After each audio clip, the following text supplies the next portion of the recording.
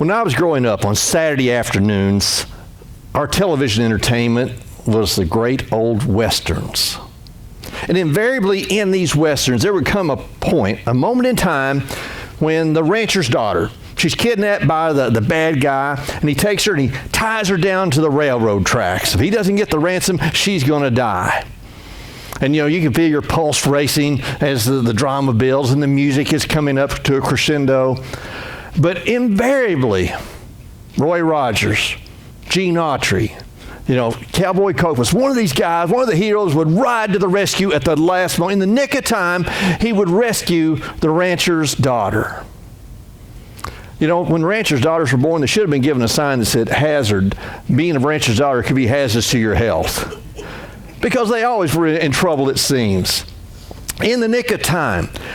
Maybe you have personally experienced being rescued in some form, some fashion, in the nick of time. Maybe you had a bill that was due and you had no idea how you were going to pay this. And you go to the mailbox that day and here's a check, a refund from your insurance company that you did not anticipate.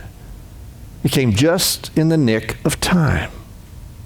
It's amazing how God can do those kind of things for us and continues to do that. When we consider this phrase, in the nick of time, sometimes I hear something like that and I wonder, where did that come from? How did that originate? Around the year 1580, the phrase, in the nick of time, began to be used for the critical moment. They particularly focused on the word nick. Now, it had different meanings in different locales. For example, if someone is said to be in the nick, the English would expect him to be in prison.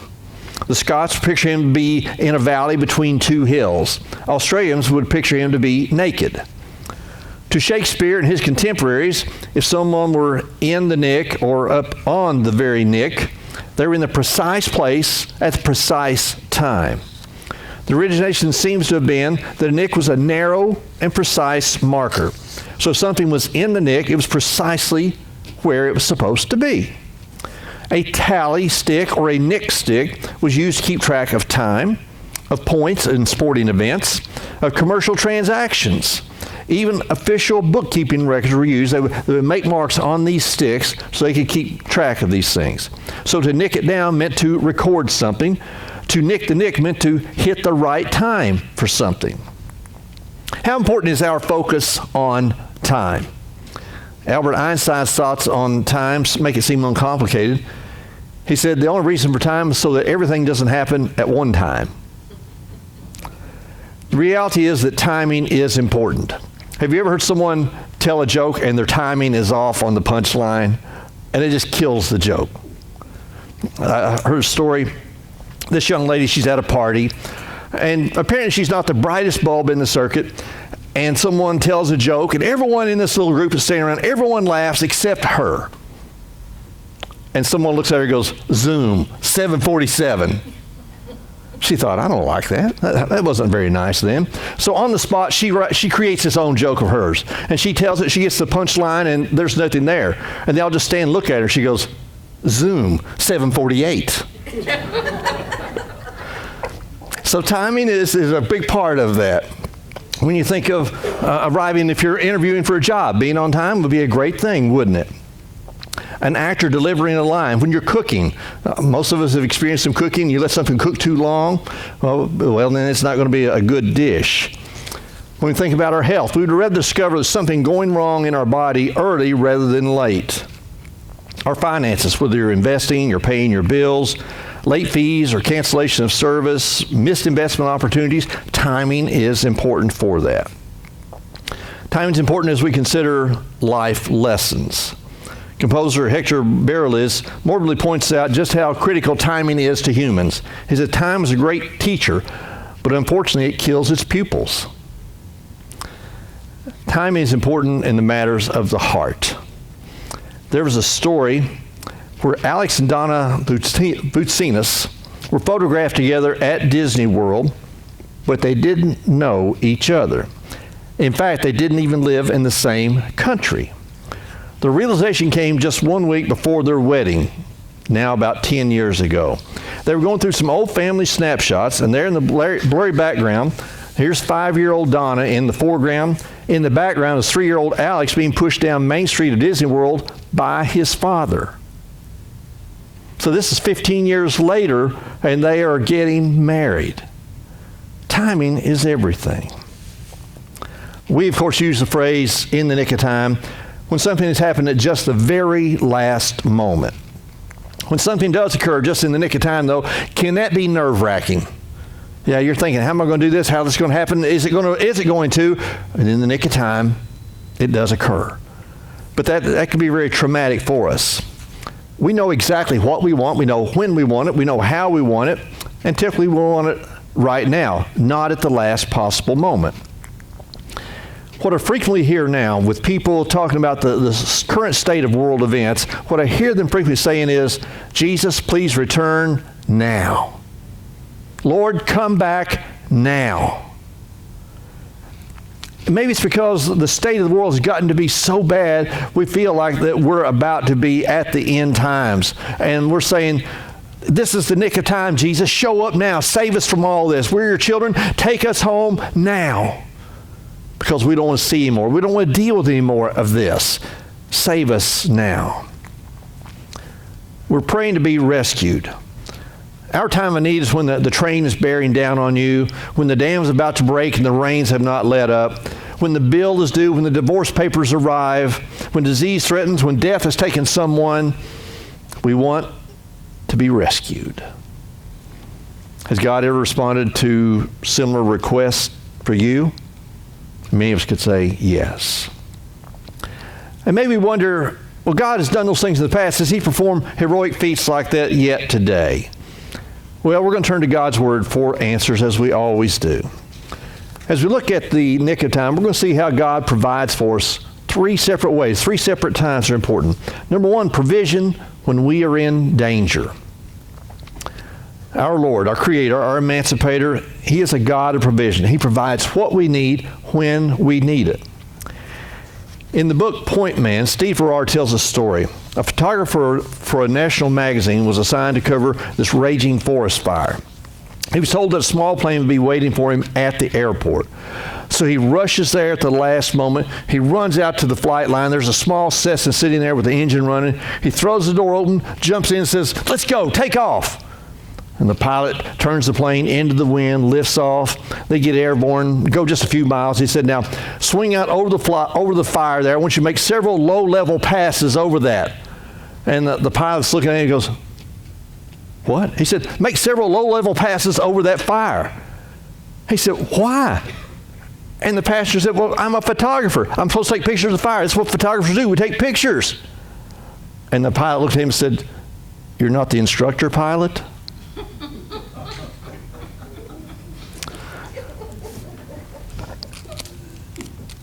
God provides what we need when we need it.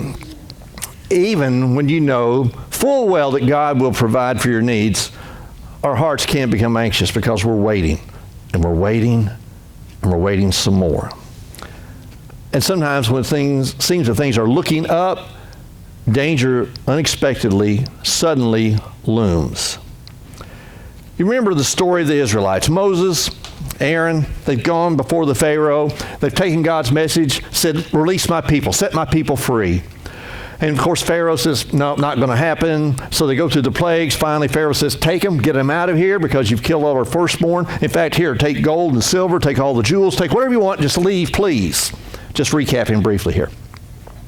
So, Israelites, hey, we're free. We've been in bondage for all these years. We get to leave now, and we got the bounty to go with us. This is all great.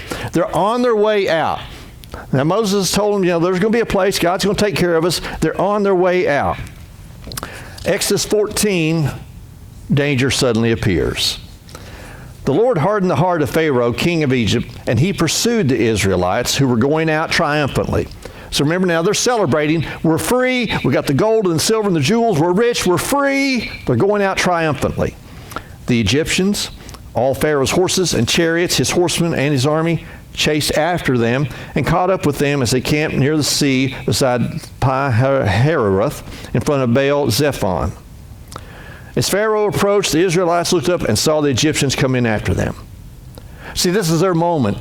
They look up and they can see the train coming. They know that this is not a good sign. We thought this is all over. Here comes Pharaoh. He had 600 of his choice chariots, plus a bunch of others, brings his army. This is not good. Then the Israelites were terrified and cried out to the Lord for help. They said to Moses, "Is it because there are no graves in Egypt that you took us out to die in the wilderness? What have you done to us by bringing us out of Egypt? Isn't this what we told you in Egypt? Leave us alone so we may serve the Egyptians. It would have been better for us to serve the Egyptians than to die in the wilderness." It went from triumph to the trough just that quickly for the Israelites. They don't understand. God, you freed us, and now we're going to die at the hand of Pharaoh and his army. Can you rescue us? Moses, why'd you do this to us? God's chosen people certainly are in danger. They're facing, at the best, being forced to go back to Egypt and back into slavery, and at worst, they're facing death right there on the shore of the Red Sea. But God's provision and God's timing is perfect. Verse 15. The Lord said to Moses, "Why are you crying out to me? Tell the Israelites to break camp. As for you, lift up your staff, stretch out your hand over the sea, and divide it so that the Israelites can go through the sea on dry ground. I'm going to harden the hearts of the Egyptians so that they will go in after them, and I will receive glory by means of Pharaoh, all his army, and his chariots and horsemen." So God's saying, okay, get ready. I'm going to rescue you again in the nick of time. So tell your people to get ready. They're going to be moving, and you raise your staff because I'm going to part the waters of the Red Sea. Verse 19. Then the angel of God who was going in front of the Israelite forces moved and went behind them. The pillar of cloud moved from in front of them and stood behind them. It came between the Egyptians and Israelite forces. The cloud was there in the darkness, yet it lit up the night. So neither group came near the other all night long. Then Moses stretched out his hand over the sea. The Lord drove the sea back with a powerful east wind all that night and turned the sea into dry land, so the waters were divided. And the Israelites went through the sea on dry ground, and the waters like a wall to them on their right and to their left. The Egyptians set out in pursuit, all Pharaoh's horses, his chariots, and his horsemen, and went into the sea after them. Because they're on a mission. We're going to capture or kill all the Israelites. This is the moment when the evil banker is calling the mortgage, when the tornado is coming toward your ranch, when the range fire is burning hot and the winds are picking up. You need someone to rescue you. Verse 24. Then during the morning watch, the Lord looked down on the Egyptian forces from the pillar of fire and cloud and threw them into confusion. He caused their chariot wheels to swerve and made them drive with difficulty. "Let's get away from Israel," the Egyptians said, "because Yahweh is fighting for them against Egypt." Then the Lord said to Moses, "Stretch out your hand over the sea so that the waters may come back on the Egyptians, on their chariots and horsemen." So Moses stretched out his hand over the sea, and at daybreak the sea returned to its normal depth. While the Egyptians were trying to escape from it, the Lord threw them into the sea. The waters came back and covered the chariots and horsemen, the entire army of Pharaoh that had gone after them into the sea. None of them survived. But the Israelites had walked through the sea on dry ground, with the waters like a wall to them on their right and on their left. That day the Lord saved Israel from the power of the Egyptians, and Israel saw the Egyptians dead on the seashore. Very real danger, a very real rescue. And in case you might wonder, is God still in the miracle business? Some people say, well, that's Old Testament. God maybe did that, but does he do anything like that yet today? Listen to this story from just last weekend. Maurice Hardwick and his wife Kai were driving on a Detroit freeway, and they missed their exit. Most of us in driving at some point in time have missed that exit, missed that turn. Well, what do you do then? He had to go up one more exit to turn to get onto I-696. And that's when he saw a man standing on the overpass. A man who's ready to commit suicide. Maurice Hardwick and his wife got out of the car, as well as another motorist, and they couldn't even engage the guy. He wouldn't talk to them. They tried, and he would not even respond to them. And Maurice said, that's when I knew that he was locked in. He's focused on what he's about to do. They called the police, and the police said, well, it's already been reported. We have officers en route. Well, fearing that the man might jump before the police arrived, the other driver finally got the man engaged in conversation, and Maurice Hardwick snuck around from behind and grabbed him and pulled him back off the railing. Now, when we consider this man, he said, I don't want to be here anymore. I want to die. Let me go. But God doesn't work that way. God often rescues us in the nick of time. Police eventually arrived. They took the man into custody. And our hero, Maurice Hardwick, is a former drug dealer. A former drug dealer who now pastors Power Ministries Church in Detroit. You see, God rescued Maurice years ago so he could rescue this man last weekend. In the nick of time. God still is in the miracle business. He's still in the business of reaching people in the nick of time. God certainly provides for us when we're in danger. God also is in the business of providing provision when we are thirsting. Moving further forward in the book of Exodus to chapter 15, verse 22. Then Moses led Israel on from the Red Sea, and they went out to the wilderness of Shur. They journeyed for 3 days in the wilderness without finding water. They came to Marah, but they could not drink the water at Marah because it was bitter. That is why it was named Marah. The people grumbled to Moses, what are we going to drink? So he cried out to the Lord, and the Lord showed him a tree. When he threw it into the water became drinkable. He made a statute, an ordinance for them at Marah, and he tested them there. He, speaking of God, said, if you will carefully obey the Lord your God, do what is right in his eyes, pay attention to his commands, and keep all his statutes, I will not inflict any illness on you that I inflicted on the Egyptians, for I am Yahweh who heals you. Then they came to Elim, where there were 12 springs of water and 70 date palms, and they camped there by the waters. What do you long for? What do you thirst for? A little boy prayed and prayed to God for $100. He wanted $100. And finally, when he's not getting any response to the prayers, he writes a letter to God asking for $100. The people in the post office got this letter and weren't quite sure what to do, so they forwarded it to the White House. And the president got this little boy's letter asking for $100. And the president told his aide, send $5 to this young man. That'll make him happy, and $5 will seem like a lot of money to this young boy. So the aide did his request. He put $5 in an envelope and sent it back. Well, the boy gets it. He opens it, and yes, he's happy. But then he sits down and writes another letter to God. Dear God, thank you for hearing my prayer. Thank you for answering my letter. Now, for some reason, I see that you sent that through Washington, D.C., and as usual, they took most of the money before they sent the rest on to me. What do you thirst for? What's important to you? When we thirst for God, he will rescue us. There's an old saying among evangelists, the hardest work is not getting folks saved, it's getting them lost. Now, in case you're saying, we don't want them lost, we want them saved. Unless I can get you to understand that you're lost, until I can help you know that you are going to hell, you can never be saved. I've got to get you lost before I can get you saved. That's hard work. People have to thirst for God, and if they don't know that they desperately need him, they don't thirst for him. They don't thirst for his presence. They don't understand what they are missing. John Piper said the hardest thing is not to satisfy thirst, but to make people feel thirst for God. All men thirst, but not all thirst for God.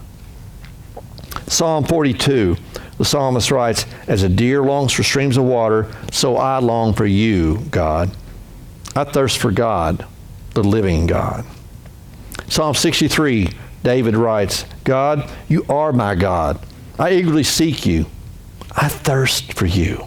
My body faints for you in a land that is dry, desolate, and without water.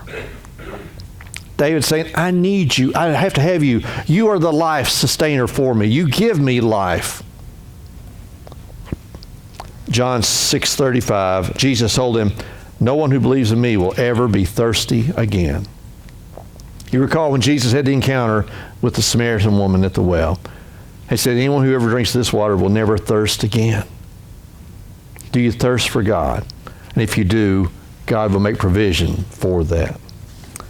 Lastly, God makes provision when we are hungry. People hunger for the most unique things. It could be something extravagant like a round-the-world cruise. It might be something as hungering for a day of just tranquility, just some peace.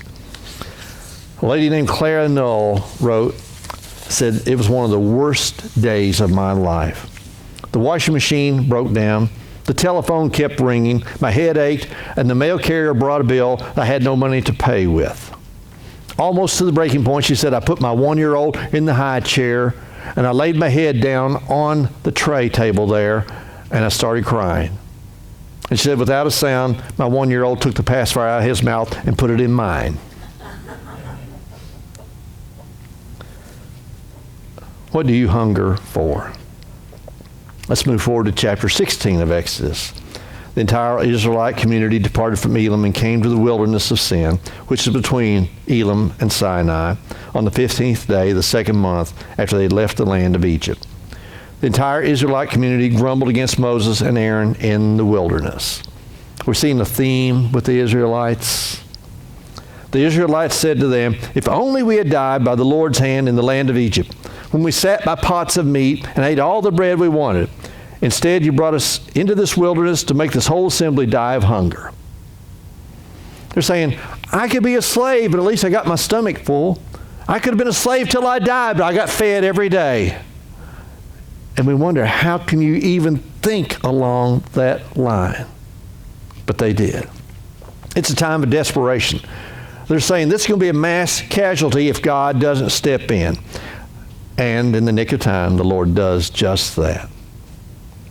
The Lord spoke to Moses, I've heard the complaints of the Israelites.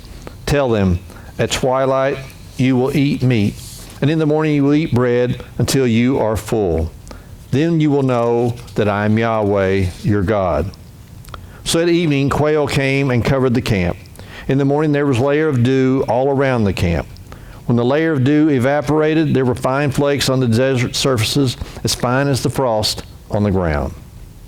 When the Israelites saw it, they asked one another, what is it? Because they didn't know what it was. Moses told them, it is the bread the Lord has given you to eat. The people of Israel have seen in short order 3 instances where God provided his love, his care, his reliability. Reliability is important to us. When Russell Seeley was fired from his job with Consignia, Britain's postal service, he resolved to appeal on the grounds he'd been treated unfairly. This was in the fall of 2000. In 2002, his case was denied. They said that your appeal came 2 days past your deadline. Well, then he goes to court and he says, but wait a minute, I mailed this through Consignia, his employer. I mailed it and I paid extra for first class to ensure it would be delivered on time. And the court said, well, sorry about that. And Russell Seeley's attorney said, don't you find it somewhat ironic that Consignia's defense was their own unreliability? See, you and I, we depend upon God. And we know that God is reliable. He will take care of us. Maybe not in the way that we want. Maybe not in the time frame that we want. Maybe not to the degree that we want. But that goes back to trusting in the Lord. To simply saying, God, you have a perfect plan. And I've got this want, this wish, this prayer. But Lord, most importantly, I want your will to be done. Pray that. Pray that with your full heart. God will provide for you what he knows is perfect for you in the nick of time.